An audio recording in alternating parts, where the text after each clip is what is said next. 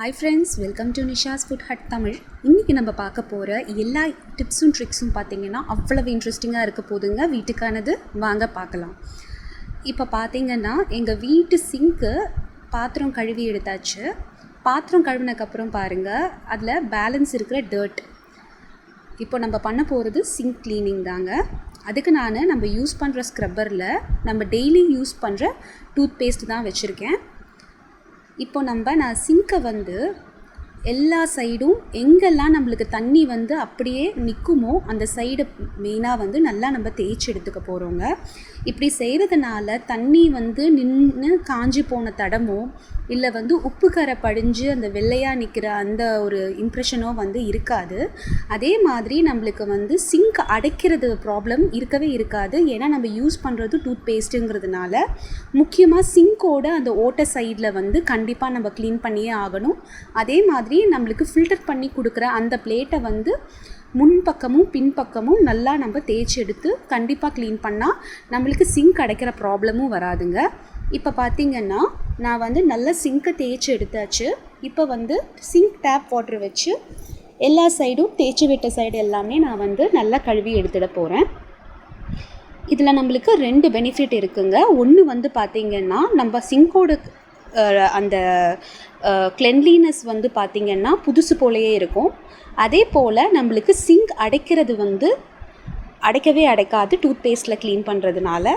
முக்கியமாக இது எப்போ செய்யணுன்னா நம்ம பாத்திரம் எல்லாத்தையும் கழுவி முடிச்சக்கப்புறம் நைட்டு தூங்கும்போது இதை செய்தால் நம்மளுக்கு டெஃபினட்டாக சிங்கோட லைஃப் நல்லாயிருக்கும். அதே மாதிரி சிங்கோட சைடு முக்கியமாக அந்த டைல் சைடெல்லாம் பார்த்திங்கன்னா நம்ம இந்த சிங்க்குக்கு யூஸ் பண்ணுற அந்த சோப்பு பவுடரு டஸ்ட்பின் கூட வச்சுருப்போம்.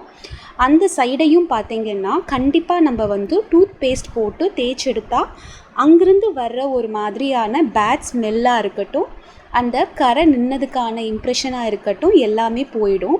இப்போ பாருங்கள் நம்ம டூத் பேஸ்ட்டில் தேய்ச்சி எடுத்த சிங்க்கு எவ்வளோ நல்லா பளபளன்ட்டு புது சிங்க் மாதிரியே இருக்குன்னு.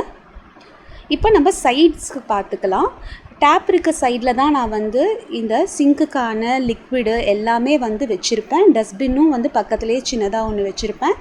இப்போ அந்த சைடை நம்ம க்ளீன் பண்ணி எடுத்துடலாங்க. ஏன்னா டஸ்ட்பின் வைக்கும்போது கண்டிப்பாக அழுக்கு நிறையா இருக்கும். அதனால் பார்த்திங்கன்னா நம்மளுக்கு அந்த ஸ்மெல்லும் வர்றதுக்கு வாய்ப்பு இருக்குது காஞ்சிச்சின்னா. இப்போ அதை நான் இப்போ டேப் வாட்டர் வச்சே நல்லா க்ளீன் பண்ணிக்க போகிறேன். ஸோ டூத் பேஸ்ட் ஒன்று போதுங்க ஃபுல்லாக க்ளீன் பண்ணி எடுக்கிறதுக்கு. வேறு எந்த எக்ஸ்ட்ரா லிக்விடோ சோப் பவுடரோ நம்ம எதுவுமே பண்ணணும்னு தேவையில்லை. தனியாக சிங்க் ட்ரெயின் பண்ணுறதுக்கு தனியாக பவுடர் தனியாக வாங்கணுன்ட்டு இல்லை. இதுலேயே நம்ம சிங்க் க்ளீனிங்கை பண்ணி முடிச்சிடலாம். உங்களுக்கு இந்த வீடியோ பிடிச்சிருந்ததுன்னா கண்டிப்பாக நம்ம சேனலுக்கு சப்ஸ்கிரைப் பண்ணாதவங்க கண்டிப்பாக பண்ணுங்கள். அடுத்து நம்ம பார்க்க போகிற டிப் ரொம்ப இன்ட்ரெஸ்டிங்கான டிப்புங்க. என்னன்னு பார்த்திங்கன்னா நம்மளோட வீட்டோட ஸ்விட்ச் போர்டு பார்த்திங்கன்னா நம்மளோட கையோட தடம் பட்டு அழுக்காக இருக்கும். இப்போ அதுக்கு பார்த்திங்கன்னா ஒரு டிஷ்யூ பேப்பர் எடுத்திருக்கேன். கூட தேங்காய் எண்ணெய் க்ளீன் பண்ணுறதுக்கு. டிஷ்யூ பேப்பரை நல்லா மடக்கிக்கோங்க. மடிச்சுட்டு கொஞ்சமாக தேங்காய் எண்ணெய் ஒரு ஸ்பூன்லேருந்து 2 ஸ்பூன் அளவுக்கு ஊற்றிக்கலாம். ஏன்னா நம்ம நார்மலாகவே நிறையா பேர் என்ன பண்ணுவாங்கன்னா அந்த ஈரமான துணியில் க்ளீன் பண்ணுவாங்க. அது அட்வைசபிள் இல்லைங்க. கண்டிப்பாக அப்படி செய்யாதீங்க. இந்த மாதிரி தேங்காய் எண்ணெய் மட்டுமே யூஸ் பண்ணுங்கள். வேறு எந்த எண்ணெயும் யூஸ் பண்ண வேண்டாம். இப்போ பார்த்திங்கன்னா எங்கள் ஸ்விட்ச் போர்டில் அங்கங்கே பார்த்திங்கன்னா பெயிண்ட் கரை இருக்குது. ஆனால் அதை சுற்றியும் பார்த்திங்கன்னா எப்போவுமே நான் க்ளீன் பண்ணுற மாதிரி இது மாதிரி தான் க்ளீன் பண்ணுவேன். இருந்தாலும் பாருங்கள், இப்போ நான் எடுத்து காமிக்கிறேன். ஸ்விட்ச் போர்டில் கண்டிப்பாக நம்மளுக்கு கண்ணுக்கு தெரியாத அழுக்கு எல்லாமே இருக்கும். முக்கியமாக ஸ்விட்சு மேலே இருக்கிற அழுக்கை தொடச்சி எடுக்கும்போது அவ்வளோ அழுக்கு வருங்க. இதெல்லாம் பார்த்திங்கன்னா பெயிண்ட் கரை. மித்ததெல்லாம் பார்த்திங்கன்னா ஸ்விட்ச் எல்லாமே க்ளீன் ஆகிடுச்சு பாருங்கள். இந்த மாதிரி ஒரு மெத்தட் ஃபாலோ பண்ணுங்கள்.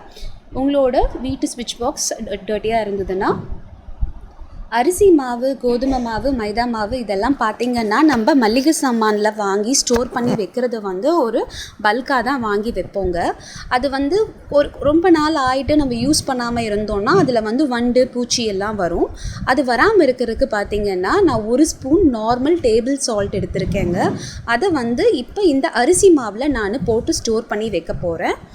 இப்படி ஸ்டோர் பண்ணுறதுனால என்னென்னா மாவு எப்போவுமே ஃப்ரெஷ்ஷாகவே இருக்கும்.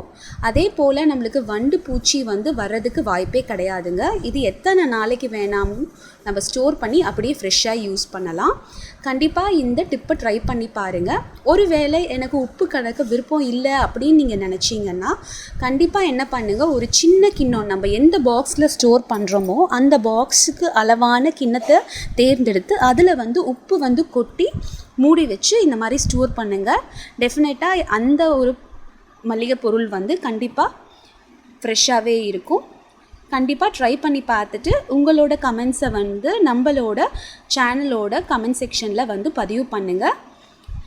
இப்போ நான் இந்த பாக்ஸை ஸ்டோர் பண்ணி அப்படியே எங்களோட கிச்சன் லாஃப்டில் வைக்க போகிறேன்.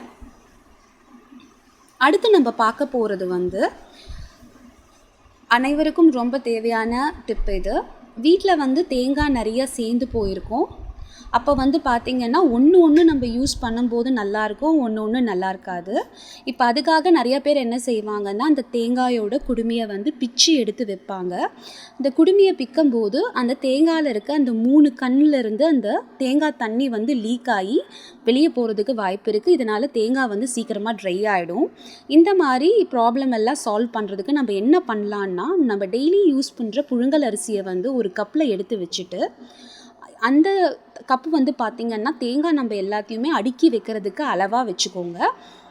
அதில் இந்த மாதிரி தேங்காயை நிற்க வச்சிட்டிங்கன்னா உங்களுக்கு தேங்காய் அழுகி போகாது, ஃப்ரெஷ்ஷாகவே இருக்கும், அந்த தண்ணியும் ஃப்ரெஷ்ஷாக இருக்கும். அதனால் நீங்கள் தைரியமாக இந்த மாதிரி ஒரு டிப்பை ஃபாலோ பண்ணலாம். அரிசிக்கு ரொம்ப தேவையில்லைங்க, ஆனால் தேங்காய் நிற்கிற அளவுக்கான அரிசி ஒரு 2 கப்பு சேர்த்துக்கோங்க.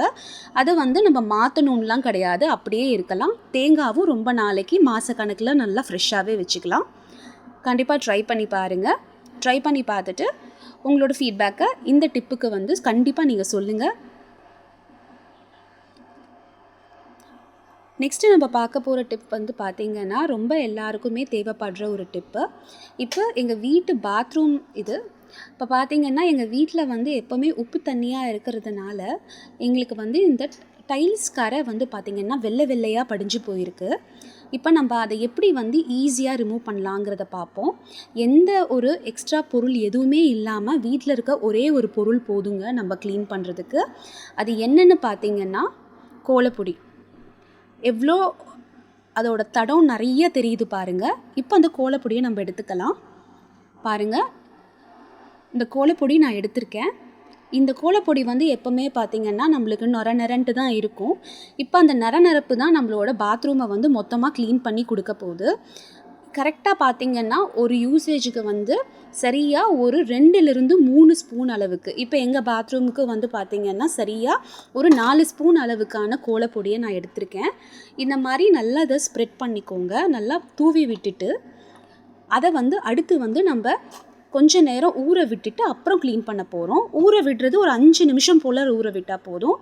பிறகு நம்ம தென்னந்தொடப்பமோ இல்லை எது நம்மளோட பாத்ரூம் க்ளீன் பண்ணுற எந்த ஒரு தொடப்பத்துலேயுமே நல்லா தேய்ச்சி கழுவி விட்டுட போகிறீங்க. கண்டிப்பாக தேய்ச்சி கழுவி விட்டக்கப்புறம் பார்த்திங்கன்னா அந்த நரப்பு அந்த கோலப்பொடியில் இருக்கிறதுனால நம்மளுக்கு இன்ஸ்டன்ட் ஷைனிங்னஸ் கிடைக்குங்க. அப்போவே பார்க்கும்போது எவ்வளோ வெள்ளையாக அந்த சைடெல்லாம் இருந்தது. இப்போ பாருங்கள், அந்த சைடில் இருக்கிற கரையெல்லாம் போயிடுச்சு. இது பார்த்திங்கன்னா நம்ம எந்த ஒரு கெமிக்கல்ஸும் யூஸ் பண்ணலை. டெஃபினட்டாக இதை ட்ரை பண்ணி பாருங்கள். இந்த டிப்ஸ் எல்லாமே இன்றைக்கி பிடிச்சிருந்ததுன்னு நீங்கள் ஃபீல் பண்ணிங்கன்னா நம்ம சேனலை சப்ஸ்கிரைப் பண்ணுங்கள். பக்கத்தில் இருக்க பெல் ஐக்கான் கண்டிப்பாக ப்ரெஸ் பண்ணுங்கள். அடுத்தடுத்து வீடியோ நோட்டிஃபிகேஷன்ஸ் உங்களுக்கு கிடைக்க போகுது. நாளைக்கு நான் போட போகிற வீடியோ இன்னுமே இன்ட்ரெஸ்டாக இருக்க போகுது. கண்டிப்பாக ஸ்டே கனெக்டட், கீப் வாட்சிங், ஹாப்பி குக்கிங், ஹாப்பி டிப்பிங்.